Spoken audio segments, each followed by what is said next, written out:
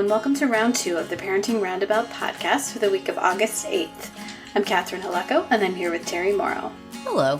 Usually on this podcast, we talk about parenting issues, but once a week, Terry and I like to get together to discuss TV, movies, books, and other entertainment topics because it's nice to talk about something other than parenting for a change. So this week, we continued with Season 2 of Only Murders in the Building and Season 1 of Rutherford Falls. So on Only Murders in the Building, the episode was called Flipping the Pieces, and, it got pretty dark for Mabel here. Yeah. Once again. It was a Mabel backstory episode. Yes. And as I think I suspected last week, there was more to the story of her father than she had been telling. Right. But still not 100% clear about what it is. Well, that he was dying and it was kept from her for a long time. Yes. So that was part of it. That she blocked out the memory of his death, I guess. Right. And other traumatic or difficult things that have happened to her. Something that we have not really been told about previous to this. She doesn't remember the thing with Bunny, but you could just excuse that as, a single traumatic event that she has a fuzzy memory of. Right. But now we learn there were many of them. Mm-hmm. And I liked this episode a lot. I found it very interesting. Excellent acting by Selena Gomez and the actor who plays Theo. I really like that character. I'm happy to see him whenever we do. Mm-hmm. And I really liked them doing their thing, trying to communicate. And, so all of that stuff was interesting. I enjoyed watching it. The half hour passed quickly. But it's kind of a placeholder, right? Mm-hmm. Not that much actually happened. Well, except for that, they continued pursuing the security guy or the person who they believe is involved somehow. Yeah, so they have some information which may help them to find him. But they didn't find him, They didn't find him, really. She saw him, and she grabbed her bag back. Right. And the detective now knows they have the knife, and they gave it to her because Charles and Oliver are just a couple of dummies. Some much-needed comic relief in the scenes between the three of them, the detective and those two. Those were adorable. I mean, scene by scene, individual plot thread by individual plot thread, I liked it very much. But when you stand back to it at the end, it's like, well, no progress on Oliver's son's paternity. Yeah. No, once again, Tina Fey is off in the ether. No mention whatsoever of her stuff. Mabel apparently stabbed somebody on the subway, but we're really not any closer to what happened there. And I guess she hasn't been arrested because she was at Theo's apartment and then at Coney Island, but... And also, in terms of, you get her realization at the end that she remembers someone leaving her apartment after having stabbed Bunny. Right. But we all pretty much assumed it wasn't her. The big breakthrough revelation of this episode, Mabel didn't kill Bunny. Oh my goodness. Who could have seen that coming? Right. So it's like, okay. I mean, it was good. It was, I don't want to say like, oh, I hated this episode, what a time waster. But it just... I think it was this way in the first season. There's just like episodes that are just sort of freestanding. And I mean, at the end, we got the threat to Lucy. Right. Or the inference that Lucy is involved in this in some way. And then a blackout. Right. So I guess we're getting back. You just have to kind of let art wash over you on this thing. And not be expecting there to be a strong thread of plot moving through. I think I made the same complaint last time. So it will eventually all tie up together and you will go, oh. But I mean, nothing from Alice in this. No further WTF with what Alice was doing reconstructing Mabel's apartment. Yeah. So it's like... if you only that, that was right before Mabel was on the train. So she's kind of... It's all part of her blacking stuff out. Mm-hmm. Yeah, I guess. I mean, you could talk me into all of this, but it just felt like that was okay, you know? Yeah. All these other things you were wondering about, keep wondering. We got something else. Look at this. Mabel backstory. Right. Fine. Cool. Sad. Really sad. Yeah. And excellent job casting a young actress who looks like Selena Gomez. Mm-hmm. Especially when lots of us know what Selena Gomez looked like when she was young. Yes. So, Wizards of Waverly Place. yep, we watched it, boy. We were there. Many a day sitting on my bed with my kids watching that. So, Right. but she continues to just be given a great performance in this with a character that is tough, because I feel like they could introduce anything about Mabel at this point and we would believe it. Oh, by the way, one of the things she doesn't remember is that she was a secret agent in Bolivia for 10 months. Oh, that's when I met that guy. You know, it's just like, or maybe the recreated memory is wrong and she flips the pieces again. Oh, I did kill Bunny. It's just like, she's just like a blank slate. They can pretty much do anything with her, but Selena Gomez sells it, and good for you. Yeah. So, there it was. Mm-hmm. Yeah, as you said, I mean, I think this definitely happened in the previous season.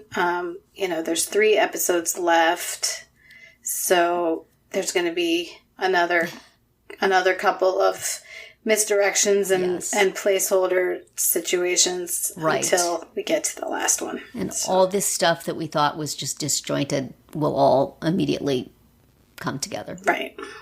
Or most of it. Some of it. The stuff that the writers remember that they did. Right. But Lucy's definitely got to be a major component somewhere along the line. Right. And I also, point of consistency, last season, wasn't Theo reading people's lips across a courtyard and through a window? Yes, and I believe now he he was. Can't read her lips like when she's right in front of him. Mm-hmm. So it didn't seem like he was supposed to be lying. So I think it's just, it was convenient for him to have this superpower. Right. It's not convenient now. Now it's cuter if they can't communicate. Right. So. Also, she was pretty darn quick to forgive him. She's like, you know, you killed my friend and you got my other friend put in jail for 10 years and you steal from dead people. But yeah, I guess I was wrong about you. You seem like a nice enough dude. Well, but I mean, he says that's not who I am in sign language that she has said 10 times. She can't understand it. Yeah. He could have said, you know, yeah, I did those things. What of it? Mm-hmm. And she would have no idea. Right. But what the heck? You know, he's got the big eyes and a very some kind of like repentant demeanor. Surfboard or kayak in his Manhattan apartment. Okay. It's a clue. It's a clue. Somewhere they will find that somebody was hit over the head with a kayak and will say, it's there. Maybe he stole it from a grave, you know? Yeah. Kayaker wanted to be buried with his kayak. It's possible. You never know. With this show, really, I think everything's on the table. Yes, absolutely. It's just what the writers decide they're going to pick up. So, shall we move on to Let's Rutherford Falls? Falls. Episode 5 was called History Fair, and we have Nathan back to being mostly kind of, you know, the punching bag that you identified him to be. Yeah. Quite often. He and Regan and some other guy who I basically was thinking of as the Jerry Gergich of this show are judging a high school history fair. So, and that's held at the museum, which seems like not a very spacious place for all these people and their projects, but okay. Yeah, it was, yeah, I don't know, but there was a lot of commenting on, you know, what is art, and you know, when people do bad things, how does that affect how we feel about their art, and blah blah blah, and who gets to tell whose story, and you know, it just felt like they wanted to raise all these points. Yes. So they did it in this somewhat comedic venue and wound up, I'm less, okay, sure, fine. Yeah. Go ahead. The one thing we hadn't really seen here before was that there's tension between Terry and the mayor. Right. Who both seem to be of a type in terms Yes. of, so perhaps it's just two sharks not wishing to shark together, but I would have thought they both have a grudge against Nathan, and so they would be allies. Yeah. But there was apparently an unfortunate Airbnb incident that has come between them. Right. And, okay. But they seem to, in the end, they seem to have come to a thought that they could probably work together and get more done. Come to some sort of agreement. Right. Even though they don't still really trust each other at all. No. But, okay. Fine for a subplot, sure. Yeah. And the thing where Terry takes over the microphone and gives a speech in the native language that the only word that the mayor can understand is her name. Her own name, and the word genocide. The word genocide. Yes. So. And they don't tell us, the audience, what he's saying either. No. So. No handy subtitles like we had in Only Murders in the Building to tell us what Theo was saying. Right. But that was amusing. And I have questions about this history fair, that the freshmen and sophomores, I guess, do your traditional, cardboard triptych with costumes and narration and whatever. Right.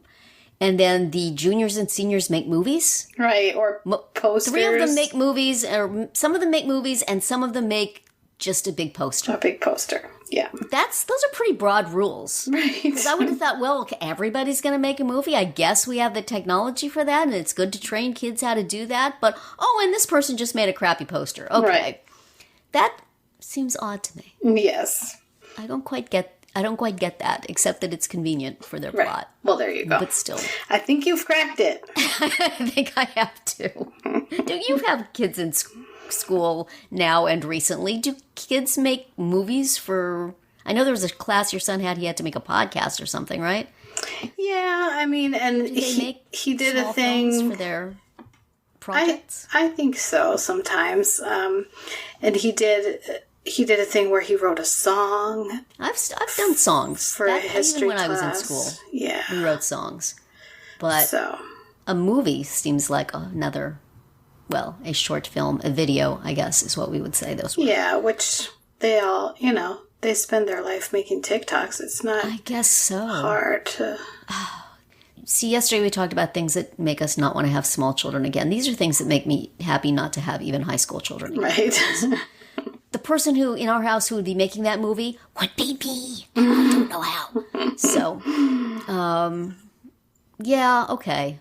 As just, a lot of this episode was just set it up, punch down, set it up, punch it down, set it up, punch it down for a half an hour. And okay, Yeah. It's entertaining enough. But let's move on, shall we? Yeah. Maybe you want to go to P.F. Chang's, but other than that, I don't know. And not a lot of advancing of any seasonal arcs. I mean, the lawsuit, the podcast, the NPR reporter guy was not here. Where was he? Yeah, he went back to the city, I guess. I guess so. It was just felt like the writer's room was tossing around all these hot button issues of the day and thought, let's just fold them all into one episode. We can just do without all the other stuff, and we'll have people in a kitchen discussing different problematical things, and then we'll make a statement about the blandest thing winning, and that will be our artistic cred. So, okay, glad you enjoyed yourselves. Yeah. Good actors, entertaining enough. This was a weird week for both these shows, I think. But, you have a certain number of things to make, and you have a certain amount of plot, and you just sometimes come up with an episode where you go, we'll just have fun. Right. We'll just play around. And of course, Rutherford Falls, it's a sitcom, so yes, you're going to get do that. These kind of things from week to week. And I mean, it's in Only Murders in the Building. We undoubtedly learned things that are important. That we don't necessarily realize at this point what they are going to look back and decide, oh, we're going to pick that thing. That's going to be important. Right. So we should remember all of this. It's all going to come down to babies doing a chorus line. That's going to be the clue that's going to break it. That's right. There you go. Well, we will find out because next week, Only Murders in the Building is the episode title is Hello Darkness, because as they left our cliffhanger, the city was plunged Young into children, do you understand the reference, Hello Darkness? I don't think so. Moody music from the 70s that I used to sing in my room with my guitar. Simon and Garfunkel. Deep, deep thoughts. That's right. Google it, y'all. Anyway. Yeah, so that's going to be Only Murders in the Building, and then Rutherford Falls, the next episode is called Negotiations. So maybe we will see something happen. So how close are we getting to the end of Only Murders? There's 10. There's wrapping 10 things up yet? Yeah, there's 10. So there's 10, and this is going to be episode 8. Okay, so a little more. What was happening in episode 8 of the first season? How close were they getting to? OMG, it's Jan. Let me see. Now, this is probably 8 is about where they were probably figuring out Teddy and his whole thing. In 8, that seemed like it was an answer, and then the Jan thing came after. Yeah, 8. Teddy returns Mabel and Oliver to the Arconia on the condition that they end the podcast and absolve the Dimas family of suspicion. Okay, so they know what's going on, and then of course the podcasters do not do this. Right. Yeah. So stuff should be stuff that is part of the answer, but not the entire answer. Should be beginning to reveal itself in episode 8. Then in 9, there's another big twist, and then in 10, they're wrapping it up. Exactly. If this is the same way. But maybe next week they just say, here's the murderer, and we're just going to spend 2 more episodes helping Mabel recover traumatic memories from her youth. Sounds fun. Like, I would think that trick-or-treating with your dad dressed up as characters from the X-Files would be a traumatic memory from your youth, but I guess she didn't get to do it. She didn't do it, yeah. Yeah. So, well. A lot of kids looking back at that and going, ouch, did I do that? Oh, well. Well, come back next week and we will discuss. And that's going to be it for Round 2 today. Please subscribe to our Parenting Roundabout podcast so you won't miss any of our episodes. We have something new for you every weekday. As always, you can find recaps, links, and an opportunity to comment on our website at parentingroundabout.com. Bye, Terry. Bye, Catherine.